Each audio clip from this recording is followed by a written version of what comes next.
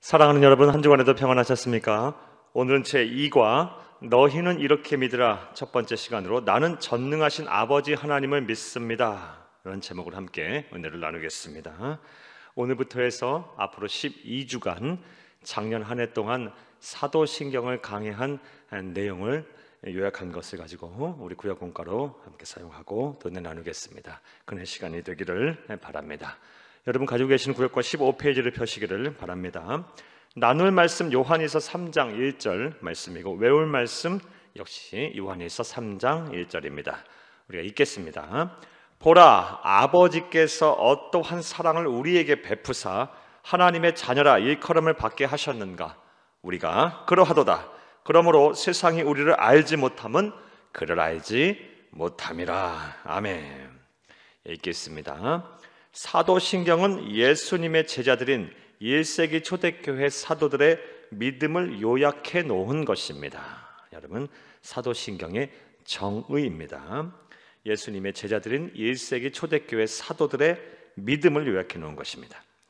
그런데 초대교회 때부터 교회의 성도들은 이것을 사도들의 신앙 고백이라 부르지 않고 경전이라는 의미로 사도신경이라고 부르고 있습니다. 네, 즉 주치입니다. 기독교의 정경인 성경의 버금가는 거룩성과 가치를 인정한 것입니다. 줄을 쳐놓고요. 물론 사도신경이 성경에 기록되어 있지 않다고 비판하는 의견들도 있습니다. 하지만 성령 하나님의 영감으로 기록되었으며 성경 전체의 내용을 가장 잘 요약한 신앙고백이라는 것은 어느 누구도 부인할 수 없습니다. 또한 기독교 2000 역사를 통해 우리에게 믿음을 전수해준 사도, 그 이후의 속사도들, 또 교부들 및 수많은 신앙인들에 의해 사도신경의 원형 그대로 전해 내려왔다는 것은 성령 하나님의 강권적인 개입 없이는 그 전승이 불가능이라는 것이 또 그 증거가 됩니다. 사랑하는 여러분, 사도신경의 정경성, 거룩성에 대한 설명이었습니다. 그렇다면 사도신경은 언제부터 사용하였을까요? 사도신경의 기원에 관한 내용입니다. 가장 오래된 사도신경의 전문은 추후 220년 초대교회인 로마교회가 사용한 세례 예식서에서 발견되었습니다. 따라서 주치겠습니다. 학계에서는 예수님의 12제자 중 사도 요한이 죽을 무렵 그 원형이 완성되었다고 보며 8세기 이후부터 서방교회 전역에서 사용되었다고 보고 있습니다. 사도 요한이 세상을 떠난 1세기 말경부터 시작해서 1세기 말경에 원형이 갖추어졌고 그리고 8세기 이후에 서방교회가 전역에서 사용을 하고 신경으로 선택을 했다라고 보는 의견이 그 기원에 대한 주된 의견입니다. 또한 사도신경이 담고 있는 주제는 사도신경의 주제입니다. 주치입니다. 신구약 성경의 구성과 동일하게 성부 하나님, 성자 예수님, 성령 하나님, 거룩한 교회 그리고 성도의 삶입니다. 한번 따라해 볼까요? 사도신경의 5가지 주제: 성부 하나님, 성자 예수님, 성령 하나님, 그리고 거룩한 교회 그리고 성도들의 삶입니다. 사도신경의 내용상 구조 또한 크게 5부분으로 나누어져 있습니다. 즉부터 괄호를 또 합니다. 성자에 관해서는 출생, 고난과 죽음, 그리고 장사됨, 부활, 승천, 재림 등 6개 항목이 진수되어 있고 성도에 관해서는 사죄, 부활, 영생 등 3개 항목이 진수되어 있습니다. 또한 성부, 성령, 성교회에 대해서는 각각 한 가지씩 항목씩만 진술되어 있습니다. 까지 괄호를 합니다. 그러니까 사도신경에서 가장 자세하게 또 구체적으로 진술하고 있는 내용은 우리 주 예수 그리스도에 대한 내용입니다. 위의 모든 내용을 정리하자면 주치겠습니다. 사도신경은 초대교회 사도들이 성령 하나님의 감동하심에 따라 성경을 통해 발췌한 신앙 고백을 신조한 것으로 총 5주제, 성부, 성자, 성령 하나님과 교회 및 성도에 관한 12문장으로 구성이 되어 있습니다. 전체에 줄을 치시고 이 사도신경에 대한 요약, 정의, 주제, 믿음의 구조에 대한 내용이니 꼭 기억하시기를 바랍니다.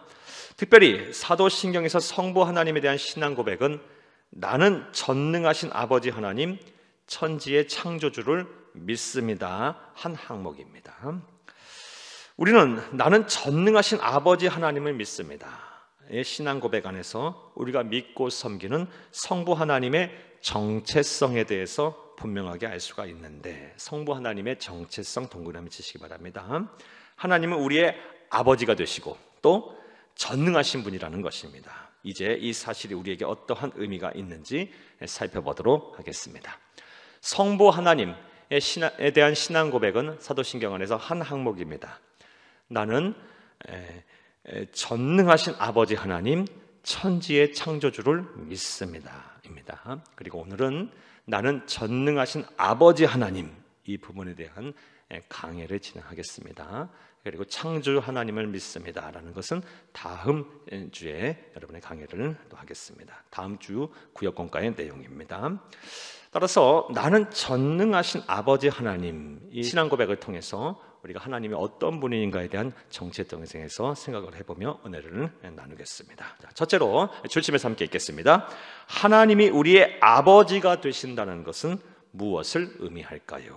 우리의 아버지, 동그라미 치시기 바랍니다.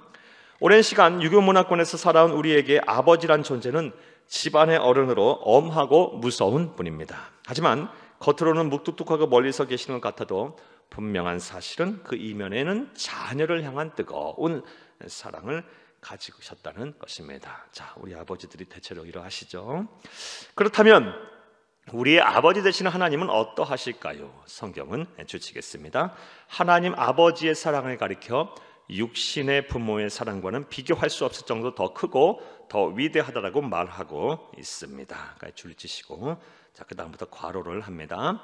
하나님 아버지는 우리를 죄와 사망에서 구원하기 위해 직접 십자가에 매달려 죽으셨고, 사람들이 그런 하나님의 사랑을 알지 못하고 믿지 않아도 끝까지 사랑하시며 참고 기다리시는 분이십니다 까지 괄호를 합니다. 하나님이 우리에게 보여주신 한이 없는 사랑입니다.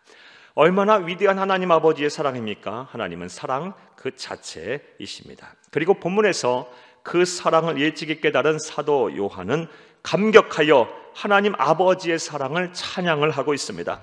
보라, 아버지께서 어떠한 사랑을 우리에게 베푸사 하나님의 자녀라 일컬음을 받게 하셨는가. 우리가 그러하도다. 그러므로 세상이 우리를 알지 못하면 그를 알지 못함이라. 이제 저와 여러분도 사도 요한처럼 하나님 아버지의 사랑에 감동하여 찬양을 해야 할 것입니다. 그리고 평생 이 사랑을 마음에 새기고 감사하며 살아야 할 것입니다. 하나님이 우리의 아버지가 되신다는 것은 한이 없는, 측량할 수 없는 무한한 사랑을 가지시고 가진 아버지께서, 하나님께서 우리에게 그 사랑을 부어 주신다는 것입니다. 자, 둘째로 또 전능하신 아버지가 되신다는 신앙 고백의 의미는 무엇일까요? 여러분 줄을 칩니다. 하나님이 전능하신 아버지가 되신다는 신앙 고백의 의미는 무엇일까요? 줄을 치시고 전능하신 아버지 동그라미 치십니다. 먼저 우리 아버지 하나님은 우리를 위해 못하실 일이 없으시는 분이라는 의미가 있습니다. 이것을 가리켜 신학적으로 표현하면 줄칩니다. 하나님의 초월성이라고 말합니다. 줄치고 1번 옆에다 또 하나님의 전능성이라 이렇게 써놓으시기를 바랍니다. 육신의 부모는 때로는 능력이 부족해서 자녀에게 잘 해주고 싶어도 그러지 못하는데, 아버지 하나님은 전능하신 초월적인 존재이셔서 우리가 필요로 하는 모든 것을 주실 수 있는 분이라는 것입니다. 또한 아버지 하나님은 모르는 것이 없으시다라는 것에 의미가 있습니다. 이것을 가리켜 신학적인 용어로 하나님의 전지성이라 말합니다. 주치고 2번 합니다. 하나님의 전지성. 전능하신 아버지 하나님을 믿습니다라는 말 안에는 먼저는 하나님의 초월성, 못하실 일이 없으시다라는 초월성에 대한 의미가 담겨져 있고, 또 모르는 것이 없으시다라는 하나님의 전지성에 대한 의미도 담겨 있습니다. 나아가 아버지 하나님은 언제 어디든지 계시는 분이시라는 의미가 있습니다. 이것을 가리켜 신학적인 용어로 하나님의 주치입니다. 영존성 또는 하나님의 편재성이라고 말합니다. 주치고 3번 합니다. 하나님은 어느 시간이나 영원토록 계시고 안 계시는 곳, 없으시는 어디에나 계시는 분이라는 것입니다. 자, 정리하면 주치겠습니다. 아버지 하나님이 전능하시다는 말은 그분은 우리를 위해 못하실 일이 없으며 모르는 것이 없으시고 시간과 공간을 초월하여 언제나 우리와 함께 하신다는 것입니다. 줄이칩니다. 따라서 이제 우리가 해야 할 일은 전능하신 아버지인 하나님께 우리의 삶을 맡기는 것입니다. 그리하면 우리를 위해 졸지도 주무시지도 않으시면서 일하실 것입니다. 전능하신 팔로 우리를 보호하실 것입니다. 세상은 도저히 따라갈 수 없는 지혜와 경륜으로 우리의 문제를 해결하실 것입니다. 한이 없는 무조건적인 사랑으로 우리를 구원하실 것입니다.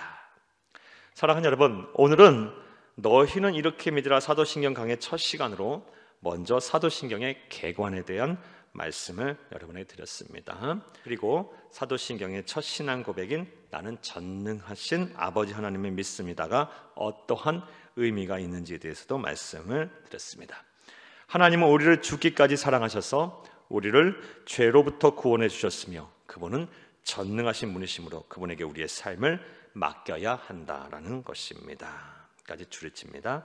하나님은 우리를 죽기까지 사랑하셔서부터 시작해서 그분에게 우리의 삶을 맡겨야 한다는 것입니다. 아까 줄이치시기 바라고 오늘 내용에 대한 요약입니다. 그러므로 명심해야 할 것은 신앙 고백은 절대 아는 것에 그쳐서는 안 됩니다. 로마서 10장 10절의 말씀처럼 진정한 신앙 고백은 먼저 마음으로 믿고 곧 입으로 신하는 것입니다. 즉 주치겠습니다. 그것을 우리의 마음에 새겨서 삶의 가치관 지침으로 삼고 그것이 말과 행동으로 나타나 우리의 삶이 변화되어야 한다는 것입니다. 그리할 때 비로소 진정한 신앙 고백이 되는 것입니다. 줄을 쳐놓습니다. 진정한 신앙 고백. 앞으로 우리가 이 사도신경을 우리가 배울 텐데 이 사도신경이 아는 것에 그치는 것이 아니라 우리의 삶을 변화하는 진정한 신앙 고백이 되기 위해서는 어떻게 해야 하는지에 대한 말씀을 드렸습니다.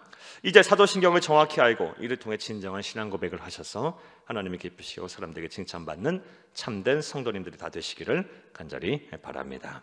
할렐루야. 말씀과의 만남을 보겠습니다. 1번 사도신경이 담고 있는 주제는 무엇일까요? 총 5주제죠.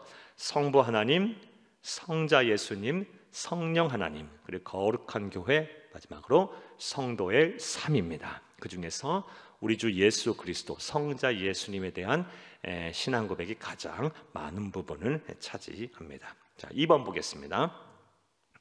나는 전능하신 아버지 하나님을 믿습니다라는 신앙 고백 아래서 우리가 알 수 있는 하나님의 정체성은 무엇일까요? 네, 하나님은 모든 일을 다 하실 수 있는 분이시다. 못하실 일이 없으신 분이시다. 하나님의 초월성, 또 하나님의 전능성을 알 수 있고, 또 하나님은 모르는 것이 없으시다. 하나님의 전지성에 대해서도 알 수 있으며, 또 하나님은 안 계시는 곳, 안 계시는 시간이 없으신, 어디에나 계시고 어느 시간에나 계시는 분이시다. 하나님의 영존성, 영원히 존재하는 성질, 영존성, 그리고 편재성, 어디에나 계시는 분이시다라는 하나님의 편재성에 대해서 우리가 알 수가 있습니다. 자, 3번 보겠습니다. 우리는 삶 속에서 어떻게 진정한 신앙 고백을 할 수가 있을까요? 사랑하는 여러분, 진정한 신앙 고백이 되려면 먼저 이 신앙 고백에 대한 내용을 잘 알아야 되겠죠. 그리고 아는 것에 그쳐서는 절대로 안 되고, 이것이 우리의 마음에 새겨져서 우리의 삶의 가치관이 되어야 합니다. 또 우리의 삶의 지침이 되어야 합니다. 또 우리의 삶의 신념이 되어야 합니다. 그렇게 하게 되면 우리의 가치관이 되고 우리의 삶의 지침이 되고 우리의 삶의 신념이 되면 우리의 말과 행동이 달라질 것입니다. 결국에는 우리의 삶의 변화로 나타나게 될 것입니다. 이러할 때 우리 가는 신앙 고백이 진정한 신앙 고백이 되는 것입니다. 꼭 이렇게 신앙 고백을 하셔서 하나님을 기쁘시게 하고 사람들이 칭찬받는 참된 성도님들이 다 되시기를 간절히 바랍니다. 감사합니다.